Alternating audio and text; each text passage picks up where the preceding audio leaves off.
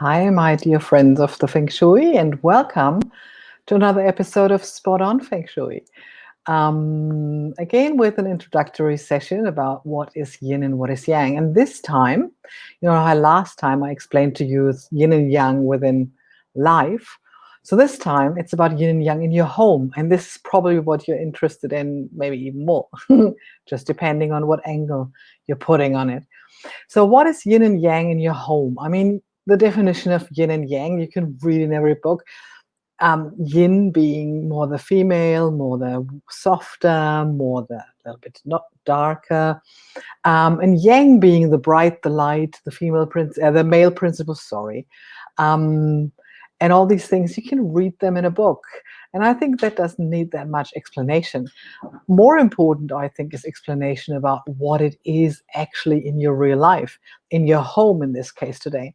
So there are, of course, areas in your home that are naturally more yin and naturally more yang. So this is what I want to talk about today. So what would be yin and yang in your home? For instance, your soft pillows and cushions, your soft fabric around the windows, as in curtains, that would be considered yin. And a stereo, for instance, the television, that would be considered yang. And then there are lots of in-betweens. So plastic material, for instance, would be considered yang. Everything fire would be considered yang. Everything more watery would be considered yin. But this is what you can, again, read in the books. What I want to give you in this series is really more the idea of what it means for your home. So, for instance, let's take your bedroom. The bedroom is the perfect example, which is supposed to be more yin, resting energy, lower energy, not too much bright light, not too much red color, not too much fiery. Of course, there is a phase in our life where the bedroom is supposed to be fiery. That is a whole different story. So if the bedroom has more that function in this area of your life, in this episode in your life, then that is different. What we're talking about the bedroom is the resting and sleeping room. So that is naturally more yin, less metal. Important here is also, if you have no problem in your bedroom, if you're sleeping well, you don't need to change anything. So just because the book says, oh, you shouldn't have too much fire, oh, you shouldn't have too much metal in your bedroom because it's considered yin, and you're sleeping well, you don't need to change it. Don't change a running system.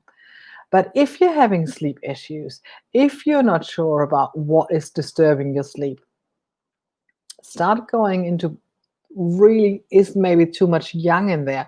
A television, a huge stereo, a mirror, um, not enough darkness, as in no blinds or curtains who really leave the light out of your room at night, so that the whole process of sleeping, the melatonin production, everything is disturbed. Even if you have your eyes closed, your body and your subconscious still realizes if there is light or not. Maybe there's too much electricity, which is considered yang in your bedroom. So just have a look. What is the function of the room? So here we go. It is all about the function. It's all about what you want. What's your goal with that room? What do you want to achieve in that room? If it's a resting energy, then you want more yin than yang. If you have more yang natural, for instance, your your living room would be definitely more yang, because this is where you want to have life. This is where you want to have life. This is where you live. This is where you have parties, for instance. This is where you watch your television. This is where. But let's say you have a stressful job and you also want your living room to have a resting energy, then you have various possibilities. You can have either a completely yin living room. Let's say you're into cocooning, you don't invite that many friends anyway, and you're happy with that. Then your living room would be more a yin quality. But if you still want to have a yang quality in your living room, you want to have parties, invite friends, and lively and everything, then you can, of course, have in your living room, a corner with yin. So, what would that look like? That would, for instance, be a nice, soft armchair with nice cushions, floral colors, floral patterns, and soft pastel colors, and not a red, whatever chair, you know what I mean? So you have a yin, a little island in your yang room. That is possible too. So, what would a yang room look like? I already said that before. I mean, it's the materials, it's the colors, everything that is high energy. So, your television, your stereo, maybe your um, computer console, all these things are yang qualities.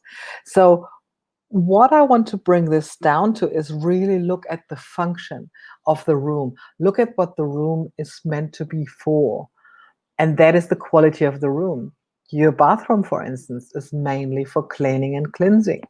So the water will have a high energy in that room. But you don't want too much water in your bathroom because water is also to do with emotions and with some stuff that we don't want to provoke to be too much. So but that goes already to the 5 elements, which will come in a later episode. Um, but this is where you really want to see where do you want to go with it. What is the room? Is your bathroom a resting room, as in bathtub and some candles and these things, or is it more a functional room? You want to go in, wash, do the other stuff, and go. It is all about to do with function. Well, another room where we have, of course, both qualities, yin and yang, is usually a kid's room, because the kids' room would have a bed to rest, but maybe also like a play corner, or when it's an older kid, a desk where they're going to do their homework and these things. So then again, we're looking into a divided room with a yin quality and a yang quality. So for your home, what you always want to realize is, what is it for you? So if a nice and stylish, I mean, you see this maybe in some magazines, there's a life and stylish living room and it looks great. But would you feel comfortable in that one? Is that really for you? Or would you like more of those cozy nights? So again, there is no right or wrong. Like I said last time, there is just the way you want it. And the way you want it is your personal way. Maybe you need more yin, maybe you need more yang. In winter, you usually need more yin, more cozy, more cocooning. And in summer, it's more yang, it's more being exposed outside. There is naturally more light, so there is naturally more yang. Whereas in yin, there is in winter, sorry, there is naturally less light, so there is naturally less yin. That is our nature. That is the change of the seasons. That's why we people from the northern hemisphere who are used to seasons like it down here, because we have seasons again. That is what's in our nature. And that is what reflects in your home. And that is what reflects in the yin and yang. So if you have a very stressful job and you have a very yang home, that can lead to exhaustion. So you might want a little bit more yin, definitely in your bedroom. Again, if you have no trouble sleeping, don't change it. But if you have, then really look into, does your bedroom have enough yin/resting quality? So that was today's episode about the yin and the yang, and this time about what the function is in your home. If you have any questions, feel free to comment and ask down below. I will always answer, or contact me simply. Well, that's me for today with Spot On Feng Shui, and I'm looking forward to my next episode with you. Bye.